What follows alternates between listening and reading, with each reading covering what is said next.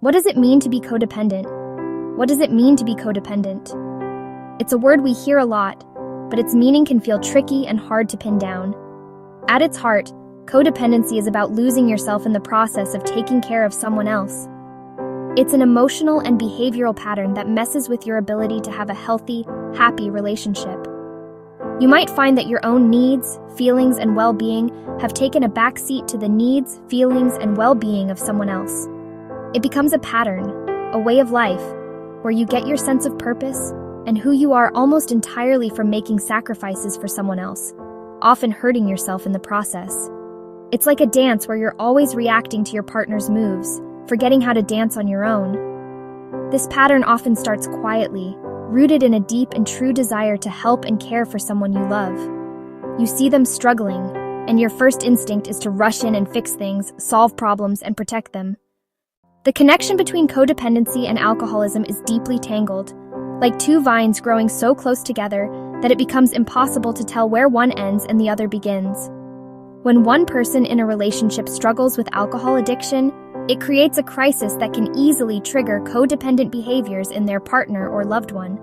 The chaos, the unpredictability, and the pain of alcoholism create the perfect environment for codependency to bloom. The non-drinking partner often takes on the role of a full-time manager, desperately trying to control the uncontrollable. You might find yourself pouring out bottles, making excuses for their behavior, paying bills they neglected, all in an effort to keep a sense of normal and avoid disaster. This behavior is often called enabling. Enabling is anything that shields the person with the addiction from the consequences of their drinking. It feels like helping, it comes from a place of love and fear, but it actually allows the addiction to continue and get worse. When you call their boss to say they're sick after a heavy night of drinking, you're enabling. When you lie to friends and family to cover up the extent of the problem, you're enabling. When you absorb the financial or emotional fallout of their actions, you prevent them from seeing the true cost of their illness. This cycle is exhausting for you and counterproductive for them, creating a system where the addiction is quietly supported. Codependent behaviors can be so wrapped up in our daily lives that we often don't even see them for what they are. They feel normal, even needed. A common example is making excuses for the person with the addiction. Dad's just really tired, when he's actually passed out from drinking. Telling a friend you're canceling plans because your partner isn't feeling well, when the truth is, they're drunk. These little lies try to protect the family's image, but they create a world of denial that stops you from facing the truth. They're the bricks that build the wall around the problem. Another classic sign, putting someone else's feelings before your own, feeling hurt, feeling angry, feeling terrified, holding those feelings back so you don't upset them. You learn to walk on eggshells, always checking their mood. Is this a good time to talk about the bills? Avoiding any topic that might cause a fight? Your whole emotional world is controlled by how they are feeling. Your own needs become a quiet whisper. Taking care of their money is another red flag.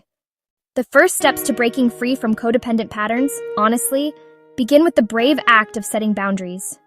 A boundary isn't, a wall to punish the other person. It's a line you draw to protect your own well-being and sanity. It's simply a statement of what you will accept and won't accept in your life. Setting a boundary might sound like saying, I love you, but I won't lie to your boss for you anymore. I won't have conversations with you when you've been drinking. I'm not giving you money for any reason anymore. These statements aren't threats or ultimatums. They are truly clear and calm declarations of your own limits, designed to help you regain your peace and self-respect. At first, setting boundaries will feel uncomfortable, maybe even scary. Support groups like Al-Anon, Codependence Anonymous, CODA, provide a safe and understanding environment where you can share your experiences with others who truly get it. Beyond support groups, seeking help from a therapist. A crucial part of healing from codependency is, honestly, shifting the focus from the other person back to yourself. This is the very core of self-care. For so long, your energy, thoughts, actions have revolved around someone else's problems. Self-care is the radical act of asking yourself, what do I need right now? And then giving yourself permission to meet that need. It's not selfish. It's essential for your survival and recovery. Self-care can be as simple as taking a peaceful walk, reading a book, enjoying an uninterrupted warm bath. It means making sure you're eating nutritious meals, getting enough sleep. Two basic needs often neglected in the chaos of living with addiction. Self-care also involves rediscovering who you are outside of your caregiver role. A vital aspect of this healing journey is releasing the illusion of control. This is where your true power lies. There is so much hope for a new beginning. The path out of codependency is a journey, not a destination, and it requires you have the strength to create that life, starting today.